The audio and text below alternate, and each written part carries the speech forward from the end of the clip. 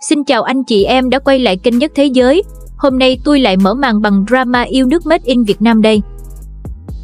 Chắc mọi người đã không xa lạ gì khi đội tuyển Việt Nam thắng một trận bóng đá nào đó là cả nước rủ nhau đi bão, cờ đỏ sao vàng phủ kín đường, còi xe kêu như đại nhạc hội, dân hô Việt Nam vô địch, như loa phường mất điện phải không? Rồi đến các ngày lễ quốc gia trong vài năm gần đây như lễ ngày 30 tháng 4, ngày mùng 2 tháng 9 cờ đỏ giăng khắp phố, khẩu hiệu độc lập, tự do vang trời. Nhìn thì ngầu, tưởng đâu khí chất dân tộc ở level mắt. Nhưng zoom kỹ lại coi, rác ngập đường, chen lấn như Black Friday ở Vincom, xô đẩy nhau như sumo trên phố.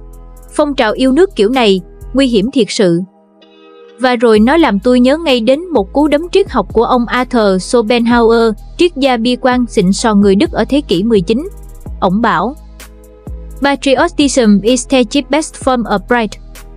Tạm dịch là, tự hào dân tộc là loại tự hào rẻ mạt nhất. Nghe chua chát nhỉ. Ông còn đá thêm, người nào thật sự có phẩm chất cá nhân để tự hào thì chẳng cần bám vào cái chung của hàng triệu đồng bào.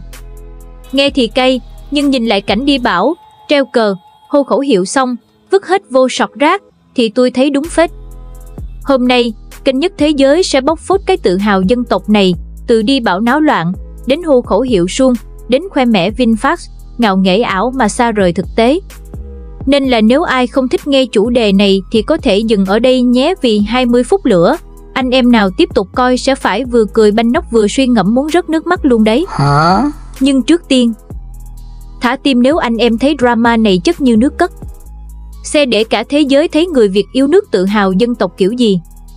Và đừng quên đăng ký kênh Nhất Thế Giới và bật chuông để không bỏ lỡ mấy pha triết học chạm trán thực tế như vậy trong tương lai nhé. Arthur Schopenhauer và triết lý về tự hào dân tộc. Anh em nghe tên hơi lạ, nhưng Arthur Schopenhauer 1788 đến 1860 là một triết gia Đức thế kỷ 19. Ông sinh ra trong một gia đình giàu có, cha làm thương nhân, mẹ là nhà văn. Thuở nhỏ được đi nhiều nơi ở châu Âu, tiếp xúc văn hóa rộng, nên sớm có cái nhìn sâu sắc về con người và xã hội. Ông nổi tiếng là triết gia bi quan, thậm chí được gọi là ông tổ của chủ nghĩa yếm thế. Nhưng cũng chính vì bi quan mà ông nói được những câu để đời, vạch mặt mấy trò ảo tưởng của loài người. Ông tin rằng cuộc đời vốn đầy đau khổ, và con người thì bị dẫn dắt bởi những ham muốn vô tận. Ông chê bai mấy triết gia khác kiểu Hegel là nói đạo lý xàm xí để làm vừa lòng chính quyền. Vì vậy, trong thời ổng sống, Schopenhauer bị ghẻ lạnh, chẳng mấy ai thèm để ý. Thế nhưng, sau khi chết, tư tưởng Schopenhauer lại ảnh hưởng cực mạnh đến cả triết học, văn học, âm nhạc. Những tên tuổi như Nietzsche, Franz Tolstoy, Thomas Mann, Richard Wagner đều chịu tác động từ ông. Một trong những ý thấm nhất của ổng: người giỏi, có tài, có đức thì họ đủ bản lĩnh nhìn thẳng vào lỗi lầm của dân tộc mình, dám chỉ ra cái sai để sửa. Vì họ hiểu, yêu thương thật sự không phải che giấu, mà là dám đối diện. Người kém, bất tài, vô đức thì lại bám víu vào cái gọi là niềm tự hào dân tộc rẻ tiền. Vì bản thân họ chẳng có gì đáng để tự hào, nên phải vay mượn hào quang tập thể để thấy mình quan trọng. Câu nói này cực gắt, nhưng lại đúng đến tận xương tủy. National pride is the cheapest form of pride. Tự hào dân tộc là dạng tự hào rẻ tiền nhất. Bởi lẽ nếu một người chỉ biết tự hào về quốc gia của mình, điều đó cho thấy rằng anh ta không có phẩm chất nào của riêng mình để có thể tự hào. Nếu không thì anh ta đã không phải cậy nhờ tới những thứ mà anh ta chia sẻ với hàng triệu đồng bào của mình. Trái lại, một kẻ được phú cho những phẩm chất cá nhân quan trọng sẽ luôn quá sẵn sàng để nhìn rõ những thiếu sót của quốc gia, vì những sai lầm của nó sẽ liên tục hiện ra trước mắt anh ta. Và đây mới là lúc chốt hạ. Vậy ở Việt Nam, chúng ta đang tự hào theo kiểu nào? Là tự hào bằng những giá trị thật sự, tử tế, sáng tạo, đáng tin? Hay chỉ là tự hào bằng mấy trò hò hét, cờ xí, rồi hôm sau lại ăn cắp, làm bậy, khiến cả cộng đồng xấu hổ?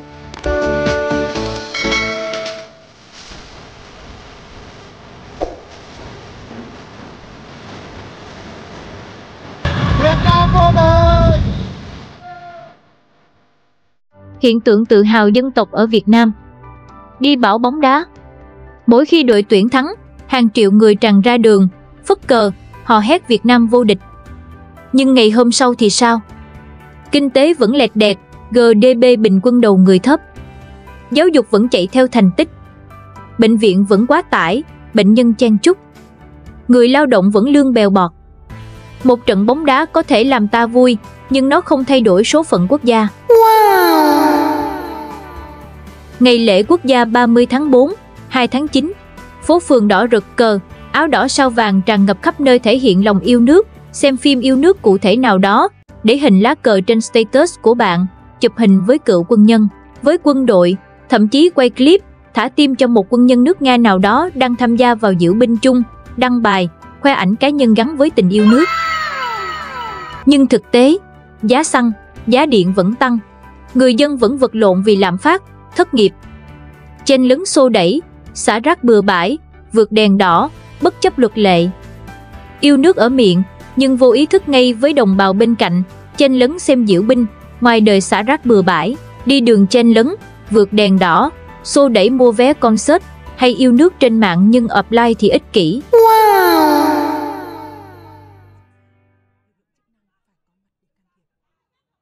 Khẩu hiệu yêu nước và mạng xã hội. Nhiều người xe tôi yêu Việt Nam, tổ quốc trên hết. Nhưng thực tế ngoài đời, một số doanh nghiệp Việt trốn thuế, gian lận thương mại. Nhiều quan chức tham nhũng hàng ngàn tỷ như Việt Á, Vạn Thịnh Phát, thiệt hại cho cả xã hội, nhưng vẫn có người trong số họ từng hô yêu nước. Người dân thì xả rác, chạy xe ẩu, ích kỷ trong từng hành vi nhỏ. Tự hào trên Facebook thì dễ, còn sống tử tế thì khó. Tâm lý Việt Nam số 1. Một bộ phận trẻ, khi có tin tức so sánh quốc tế, thường comment Việt Nam nhất, Việt Nam top 1. Nhưng sự thật, Việt Nam xếp hạng thấp về giáo dục đại học sáng tạo, chất lượng y tế. Vẫn chảy máu chất xám, nhiều người giỏi phải ra nước ngoài.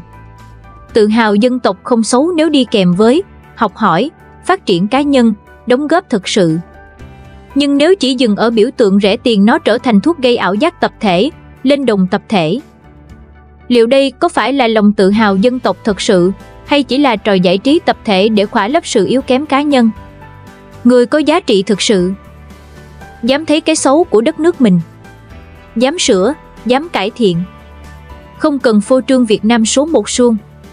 Tự hào dân tộc không xấu, nhưng có hai loại. Tự hào chân chính đến từ sáng tạo, thành tựu thật sự, đóng góp cho nhân loại. Tự hào ảo tưởng rẻ mạt chỉ phô diễn biểu tượng, áo đỏ, khẩu hiệu, đi bảo. Và tiếc thay, đa số người Việt lại nghiêng về loại thứ hai. Chúng ta yêu đất nước bằng cách phất cờ, nhưng tại sao lại không yêu bằng cách đi làm đúng giờ, nộp thuế đầy đủ, hay giữ vệ sinh chung?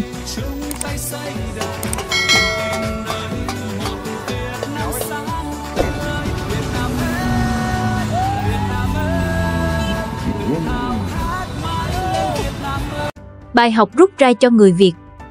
Tự hào dân tộc đúng nghĩa không nằm ở cờ đỏ, diễu hành hay khẩu hiệu sáo rỗng. Nó nằm ở làm việc giỏi để đất nước có thêm một cá nhân chất lượng, sống tử tế để xã hội bớt đi một kẻ xấu, xây dựng giá trị cá nhân để có cái để tự hào về bản thân trước khi hô tự hào Việt Nam.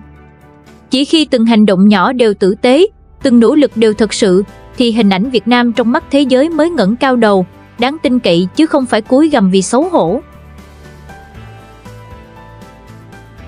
Gửi riêng đến dư luận viên, lực lượng AK-47, bò đỏ.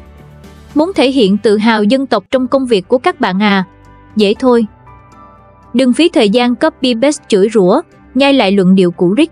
Làm thế chỉ khiến chính dân Việt coi thường các bạn hơn. Nếu chính quyền của bạn thực sự mạnh, hãy chứng minh bằng lý lẽ, số liệu và việc làm tử tế cho dân. Hãy lan tỏa điều đó, thay vì suốt ngày đe dọa người ta. Nếu muốn người ta nể Việt Nam thì học cách tranh luận đàng hoàng, phản biện bằng sự thật. Không ai tôn trọng một quốc gia mà niềm tự hào của nó chỉ dựa vào việc bịt miệng người khác. Nếu còn muốn được coi là có ích thì hãy dùng bàn phím để bảo vệ công lý, bảo vệ dân thường, thay vì chạy theo mấy trò tuyên truyền vô hồn. Nói thẳng, tự hào dân tộc không nằm ở việc spam Việt Nam vô địch đâu, mà nằm ở chỗ chính các bạn, dù làm dư luận viên, cũng biết chọn đúng, sai và dám đứng về phía sự thật. Đừng để niềm tự hào dân tộc chỉ là chiếc áo đỏ sao vàng mặc một ngày lễ. Hãy biến nó thành nỗ lực mỗi ngày, để khi thế giới nhìn vào Việt Nam, họ thấy những con người giỏi giang, trung thực và sáng tạo chứ không chỉ là đám đông biết đi bảo. Tự hào dân tộc không sai, nhưng nó phải chuyển hóa thành hành động cá nhân, học giỏi hơn, làm việc tốt hơn, sống tử tế hơn. Để khi có ai nhắc đến Việt Nam, phản xạ đầu tiên của họ không phải là chê cười, mà là ngưỡng mộ. Và hãy nhớ lời của Schopenhauer. Loại tự hào rẻ tiền nhất là lòng tự hào dân tộc, vì nếu một người tự hào về quốc gia của mình, điều đó cho thấy anh ta không có phẩm chất cá nhân nào để tự hào. Vậy nên, thay vì chỉ hô Việt Nam số 1, hãy làm cho chính mình xứng đáng để người ta nể phục, rồi đất nước tự khắc sẽ được tôn trọng. Nhiều người tự hào ngạo nghễ, nhưng đôi khi lại không biết mình đang tự hào về điều gì cụ thể. Vậy hãy để niềm tự hào của bạn gắn liền với những giá trị thật, để khi thế giới nhìn vào, họ thấy một Việt Nam văn minh, sáng tạo và đáng nể, chứ không chỉ là đám đông biết phất cờ. Nếu anh em đồng ý, thì cho Nhất Thế Giới một like, một share để nhiều người cùng tỉnh. Và nhớ bấm đăng ký kênh Nhất Thế Giới, vì ở đây, tôi không chỉ kể chuyện, mà dám nói sự thật. Xin chào và hẹn gặp lại anh em ở các video tiếp theo. Bye!